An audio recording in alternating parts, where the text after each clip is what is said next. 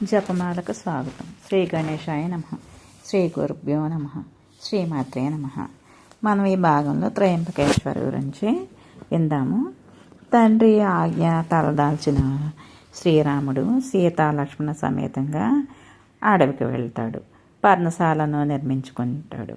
లంకేశ్వరుడు చెల్లెలైన శూర్పణఖ వలపుల సోయగాలు వన్నెల విష్ణుకారు విసిరితే శ్రీరాముడు అది ఆమెకి ప్రాయశ్చిత్తంగా లక్ష్మణుడు ఆ రక్కసి ముక్కు చెవులు కోస్తాడు. ఆమె శూర్పణఖ నాసిక ఖండించిన ప్రదేశ భూమి నాసిక అని పిలుస్తారు. పంచవటి నాసిక మండలం ఉన్నది. బ్రహ్మగిరి అనే పర్వతం ఇక్కడ ఉంది. గోదావరికి ఇది జన్మభూమి. గోదావరి పుట్టుకకి ఒక పురాణ గాథ ఉంది. బ్రహ్మగిరి శిఖరాన గౌతమ మునీంద్రుడు అహల్య సమేతంగా తపస్సు చేసుకున్నాడు.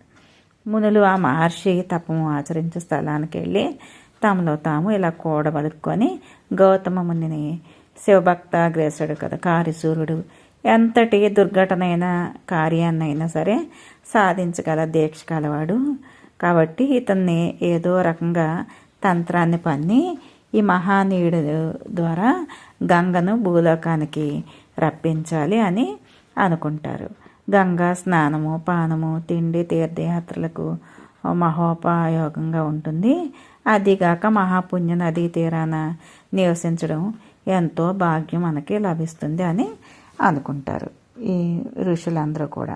గౌతమ మహర్షి వారి పైరుని తను తపస్సు చేసుకున్న చోట వేస్తాడు. ఈ ముని కుమారులందరూ కూడా దర్భలతో ఒక ఆవుని దూడని కల్పించి ప్రాణప్రతిష్ఠ గావించి వారి పైరునాన్ని ప్రవేశపెడతారు.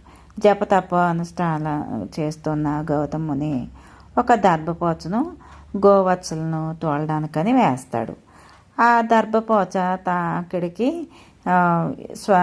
ఈ ఆవు చనిపోతుంది. ఆవు చనిపోయి నేల మీద పడిపోతుంది. ముని కుమారులు పన్నాగం ఫలిస్తుంది. వాళ్ళందరూ కూడా గౌతముని దగ్గరికి వెళ్ళి గోహత్య పాతకానికి ప్రాయశ్చిత్తంగా గంగను భూమిపైకి తీసుకురా అని ఆ పవిత్రవాణి అందు స్నానం ఆచరించిన మీ గోహత్య పాతకం తగ్గిపోతుంది అని చెప్పి అంటారు. గౌతముని గంగను భూమిపైకి రప్పించడానికి దీక్ష వహించి 1000 ఏళ్ళు శివుని గురించి ఘోర తపస్సు చేస్తాడు. శంకరుడు ఈ గౌతమ మహర్షి తపోదీక్షకి సంతుష్టి సాక్షాత్కారం ఇచ్చి ఏం కావాలి కోరుకోమని అడుగుతారు. గౌతమ ముని తన పాపాన్ని బాపుకోవడానికి గాను ప్రజోపయోగం కోసం అని గంగను భూమిపైకి వదలమని మహేశ్వరిని ప్రార్థిస్తాడు. శివుడు గౌతమ ముని అభిమతం మేరకు గంగను భూమిపైకి వదులుతాడు. గౌతమ మునీంద్రుని ఇచ్చే గంగా భూమిపైకి తేబడిన కారణంగా ఆ పవిత్ర వాహినిని గౌతమి నది అని గోవు ప్రాణాలను వదిలిన ప్రదేశం నుండి ప్రవహించడం వల్ల గోదావరి అని ప్రఖ్యాతి వహిస్తుంది. భాగీరథి నది వల్ల గౌతమి నది మహామహిమోపేతమై ఉంది. ఆ నదీ తీరాన నివసించినంత మాత్రానే 1,000,000 సంవత్సరాలు తపస్సు ఆచరించినంత సుకృతము లభిస్తుంది అని పురాణ ప్రసిద్ధి కలదు. బ్రహ్మగిరి పైన రామలక్ష్మణుల పేర 2 కుండాలు ఉన్నాయి. త్రయంబకేశ్వరుని కథ చదివిన వారు సమస్త పాపాలు నశించి గోహత్య బ్రహ్మహత్య ఘోర పాపాలు నశించి లోకోపవాదాలు వైతొలుగుతాయని చెప్తారు. ఇక త్రయంబకేశ్వర సందర్శన సేవా ఫలితాన్ని వర్ణించడం తరం కాదు అని సూతుడు సౌనికాది మహాములకి చెప్తారు. దేవతలకి ఈ కేదారేశ్వరం అనేది నగరాజం అని విహార భూమి అని దేవర్షి గణాలకు తపోధనులకు తపోభూమి అని ఇందు ప్రవహించే అత్యున్నత పవిత్ర వాహిని అందు దేవతలు దేవమునులు స్నానం ఆచరించి దేవాలయం నందలి దేవతా విగ్రహాలను పూజిస్తూ ఉంటారు. అట్టి వానిలో మిక్కిలి ప్రశస్తిగాంచిన బద్రీనారాయణ కేదార క్షేత్రము. కేదార క్షేత్రము మంచుతో కప్పుబడిన రాజశిఖరం. బద్రీనారాయణకి వెళ్ళే యాత్రికులకి క్షేత్రం సందర్శించడానికి తమ జీవితాన ధన్యమైంది అని చెప్పి అనుకుంటారు. కేదార క్షేత్రానికి తూర్పున అలకనంద, పడమర మందాకిని ప్రవాహం. ఈ రెండు నదులు కూడా రుద్రప్రయాగ యందు కలిసి కొంత దూరం ప్రవహించి భాగీరథి నది యందు కలిసిపోతాయి. బద్రికా వనమందు నరనారాయణులను మహర్షులు అత్యంత నియమనిష్టలై అంటే ఎక్కువ కాలం తపస్సు చేస్తారు. ఆ పరమ తపోధనులు మరలా కేదార క్షేత్రానికి వెళ్ళి మందాకిని యందు స్నానం ఆచరించి పార్థివలింగాన్ని నిర్మించి శివుని ఆరాధిస్తూ ఉంటారు. నరనారాయణులు పూజలు, అభిషేకాలు, జపతపాలు శివునికి ఎంతో ఆనందం కలిగింది. శివుడు ఆ మహామునుల సార్వభౌములకు దివ్య సందర్శనం వసంగి ఏం కావాలి అని అడుగుతారు. శివునికి ఆ మునుపొంగవులు సాష్టాంగ నమస్కారం చేస్తారు. దేవదేవ చంద్రమౌళీశ్వర, ఏ జంజాటము లేని మేము చీకు చింత లేని స్థిరచిత్తము నా శివుని వగ్గు నిన్ను గూర్చి తపస్సు చేశాము. నీవు మా ఎడల ప్రసన్నం అయ్యావు. మాకు కావాల్సింది ఏముంది?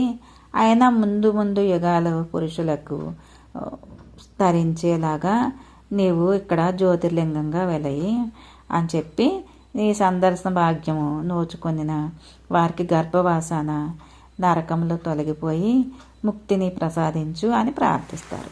నరనారాయణులు లోకక్షేమానికే అర్థించి వరాలను మన్నించి కేదారేశ్వర స్వామి కేదారేశ్వర శిఖరంపై జ్యోతిర్లింగంగా వెలిశారు. ఈ క్షేత్రం అతి ప్రాచీనమైనది. ఈ పుణ్యకథ విన్నవారు సమస్త దురితాలు పోవునని చెప్పి సూతుడు సౌనకాది మహామునులతో చెప్తారు.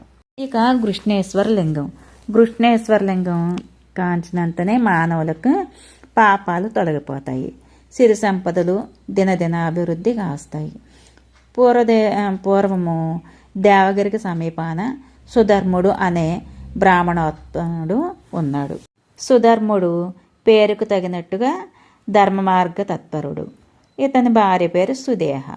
ఈ విప్ర మిథునానికి అంటే భార్యాభర్తలకి సకల సుఖోపభోగాలు అనుభవిస్తూ ఉంటారు. కానీ సంతానం లేరు అని చెప్పి వాళ్ళు బాధపడుతూ ఉంటారు. ఒకనాడు విప్ర గృహమునకు బ్రహ్మ తేజోవిరాజితుడైన ఒక యతి వస్తాడు, భిక్షకే వస్తాడు. భార్యాభర్తలు ఇద్దరు కూడా యతీశ్వరునికి స్వాగతం చేస్తారు. సగౌరవంగా సత్కరించి మధ్యాహ్న సమయాన యతీశ్వరుడికి భిక్షావందనం ఆచరించి పీటపై కూర్చోమని నియోగిస్తారు. వడ్డం సాగుతూ ఉంది. ప్రసంగాన ఆ యతిరాజు సుధర్మను చూసి నీకెందరు కుమారులు ఉన్నారు అని ప్రశ్నిస్తాడు. ఇప్పుడు దానికి సమాధానం చెప్పలేకపోతాడు. అతని అర్ధాంగి నిర్విణ్ణురాలైపోతుంది. సంతానహీనులై ఇంట తినకూడదు అనే నియమం కల ఆ యతి సార్వభౌముడు ఇంకా అన్నం తినకుండా లేచి వెళ్ళిపోతాడు. బ్రాహ్మణ దంపతులు ఆ యతి శ్రేష్ఠుడి పాదాలపై పడి బోరని ఏడుస్తారు. మహాత్మా, పుత్రులు లేని వారికి సద్గతులు లేవు. భగవదంశ సంభూతులకు మీ సిద్ధాంతము వదిలి వెడలిన మాకు గతి ఇంకేంటి? మిక్కిలి ఏడుస్తూ ఉంటారు. యతీశ్వరుడు వారిని కరుణించి, పుణ్య దంపతులారా విచారింపకండి. మీకు కొంతకాలానికి సంతానం కలుగుతుంది, మీకు శుభం కలుగుతుంది. నన్ను నియమభంగం చేయకండి అని చెప్పి ఓదార్చి వాళ్ళని అతను వెళ్ళిపోతాడు. పెండ్లి కన్నా ముందే సుదేహ జాతక చక్రాన్ని పరిశీలించి సంతాన ప్రాప్తి లేదని దైవజ్ఞులు అంటారు. ఆ మాటలు జ్ఞప్తికి వస్తుంది ఆమెకు. భర్త చెంత చేరి సుదేహ, నాదా, మీరు నా మాట విని నా చెల్లెలను గుష్మను పరిణయమాడండి. మీకు అన్ని విధాల ఆమె తగిన యోగ్యురాలు అని చెప్పి అంటుంది, నిర్బంధిస్తుంది. మొదట సుధర్ముడు సమ్మతింపకున్న ఎట్టకేలకు సుదేహ పట్టిన పట్టు విడవకపోతే భర్తకు రెండో పెళ్ళి ఏదో రకంగా పెళ్లి చేస్తుంది ఆవిడ. గుష్మ పరమ పతివ్రత. ఆమె అక్కగారు సుదేహను తల్లిలా చూసుకుంటుంది. భర్తను దైవ సమానంగా సేవిస్తూ ఉంటుంది. ఇంటి పనులు సకాలంలో చేసి చక్కబెట్టి ఎల్లవేళలా శివుడికి పూజలు చేస్తూ ధ్యానిస్తూ ఉంటుంది. ఆ చిరకాలంలోనే గుష్మ గర్భవతి అవుతుంది. 10 మాసాలు జరిగిన తర్వాత శుభముహూర్తాన ఒక శుభదినాన గుస్మ మగ శిశువుని ప్రసవిస్తుంది. ఆ ఇంటి వారందరూ కూడా ఆనందానికి అవధులేరు. శుక్లపక్ష చంద్రుని వలె శిశువు నానాటికి వృద్ధి చెందుతూ పెరుగుతూ ఉన్నాడు. సుదేహకు కొంతకాలం తర్వాత మనసు మారుతుంది. మనసు మారి మతి భ్రమించి పిల్లవానిపై ద్వేషభావంతో ఉంటుంది. చెల్లిని చూసి ఈర్షపడి మనసులోని ఈర్ష మొదలవుతుంది. కొంతకాలానికి ఆమె దుర్గుణ ప్రభావం వల్ల చివరకు బానిస అయింది. ఆ దుర్గుణాలకే బానిస అయింది ఆవిడ. సంతానవతి అయిన తన చెల్లి తన ఇంట ఎంత ఆనందంగా ఉంది, గౌరవ మర్యాదలతో ఉంది అని చెప్పి నేనే ఇలా ఉన్నానని చెప్పి మనసులో అనుకుంటుంది. గుస్మని తీరని సంతాపం కల్పించాలని చెప్పి పుత్రహీనురాల్ని గావించాలని చెప్పి ఆమె ఒక దురాలోచన చేసి పిశాచి వలె పీడిస్తూ ఉంటుంది.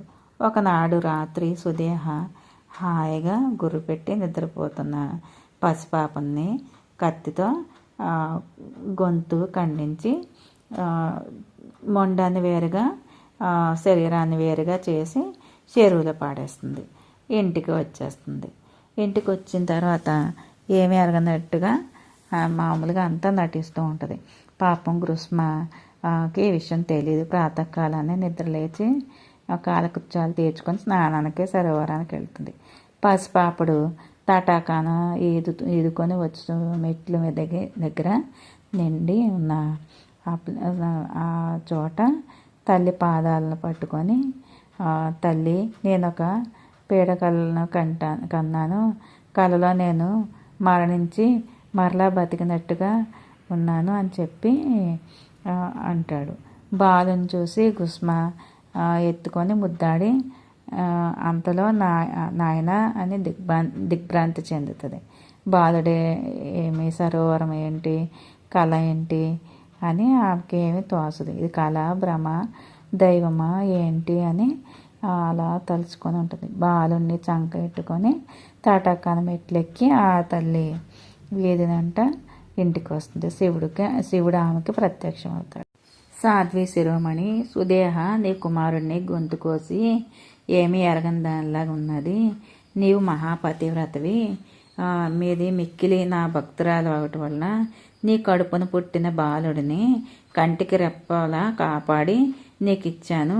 శిశు హత్యకు వెనుతేని సుదేహను శిక్షిస్తాను అని పలుకుతాడు. గుస్మ శివుని పాదాలపై పడి, ప్రభు, భక్తులకు మేలు కూర్చుట యందు నీ వంటి చల్లని ప్రభువు నీవు 14 లోకాలలోనే లేడు. మానవులు పాపకృత్యాలకు గాని ఘాతుక చర్యలకు గాని వనరించుటకు పాడుబుద్ధే కారణము. దుర్గణములు ప్రేరణగా బుద్ధి పాడైపోవును. సర్వలోక రక్షకుడివి, దయామయుడివగు నీవు మా అక్కను సుగుణ సంపద సౌశీల్యములు సద్బుద్ధిని ఇచ్చి తరింపచేయని ప్రార్థిస్తుంది. ఈ శివుడు అందుకు సంతోషించి, నారీ శిరోమణి, అమృతోపమానమైన నీ పలుకులు నన్ను ఎంతో ఆనందపరిచినవి. నీ కోరిక ఎట్లో అలాగే కాగలదు. నీ యందు నాకు వాత్సల్యం అతిశయముగా ఉన్నది. కాబట్టి నీవు నీ పేరున గృస్మేశ్వర నామాన దాల్చిన నేనిచ్చటే నిలిచి ఉండును. దీర్ఘ సుమంగళివై చిరకాలము వర్ధిల్లి చివరకు నా లోకన్నకు చేరదుగాక అని ఆశీర్వదించి అంతర్హితులవుతారు.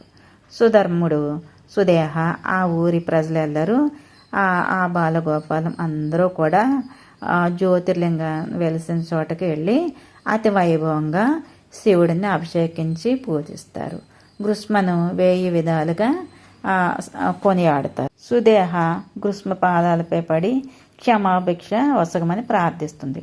అక్కను లేవనెత్తి అన్ని భిక్షలను ప్రసాదించువాడు ఆది భిక్షువు అని గృస్మ సమాధానం చెప్తుంది. సుధర్ముడు శివునకు కడు రమణీయంగా ఆయనని 6 వేళలా కూడా నియమం తప్పకుండా శివుని ఆరాధించుతూ చివరికి శివ సాయుధ్యాన్ని పొందుతాడు. గృష్ణేశ్వరం లింగం పూజించిన వారికి పుత్రశోకం కలగనేరదని ప్రతీక. ఇది సప్తమాశ్వాసం సమాప్తం. ఓం నమ శివాయ. ఇక్కడితో ద్వాదశ జ్యోతిర్లింగాల కథలు పూర్తయినాయి. మిగతాది అష్టమాశ్వాసం తర్వాత భాగంలో విందాము. ఓం నమ శివాయ. నేను చదివింది మీకు నచ్చితే కనుక మీరు మీ స్నేహితులకి అందరికీ కూడా షేర్ చేయండి. మీ స్నేహితులకి నా ఛానల్ సబ్స్క్రైబ్ చేసుకోండి. థ్యాంక్ యూ ఫర్ వాచింగ్ అండి. ఓం నమ శివాయ.